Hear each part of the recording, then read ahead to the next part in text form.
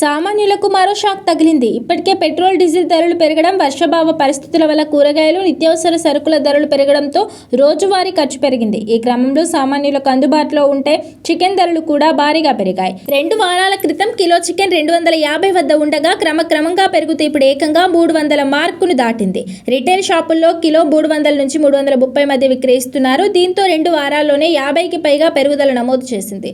దీంతో ముక్క లోపలికి వెళ్లాలంటే మాంసం ప్రియులు ఎక్కువ సొమ్ము వెచ్చించాల్సి వస్తోంది. రవాణా ఖర్చులు పెరగడం, కోళ్ల ఉత్పత్తి తగ్గడంతో ధరలు పెరుగుతున్నట్లు వ్యాపారులు చెబుతున్నారు. ప్రస్తుతం తెలుగు రాష్ట్రాల్లో చికెన్ ధరలు ఎలా ఉన్నాయనేది ఒకసారి తెలుసుకుందాం. హైదరాబాద్ జోన్లో కిలో స్కిన్లెస్ చికెన్ 301 వద్ద కొనసాగుతుండగా షాపుల్లో 330 వరకు విక్రయిస్తున్నారు.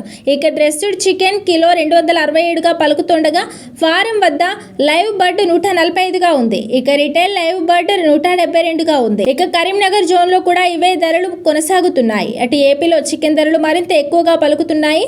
విజయవాడ జోన్లో కేజీ స్కిన్లెస్ చికెన్ 306గా ఉండగా dressed chicken 271, retail live bird 175, పారం దగ్గర లైవ్ బర్డ్ 149 వద్ద ఉన్నాయి. ఇక చికెన్ తో పాటు కోడిగుడ్ల ధరలు కూడా పెరిగాయి. విజయవాడలో 12 గుడ్ల రిటైల్ ధర 90గా ఉంది.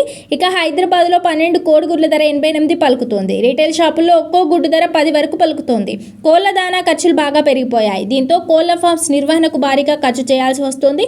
ఈ కారణంతో కోళ్ల ఉత్పత్తిని ఫార్మ్స్ యాజమానులు భారీగా తగ్గించారు. డిమాండ్ కు తగ్గట్టు కోళ్ల ఉత్పత్తి లేకపోవడంతో ధరలు పెరుగుతున్నట్లు పౌల్ట్రీ యాజమానులు చెబుతున్నారు. రానున్న రోజుల్లో చికెన్, కోడి గుడ్ల ధరలు మరింత పెరిగే అవకాశం ఉందని చెబుతున్నారు.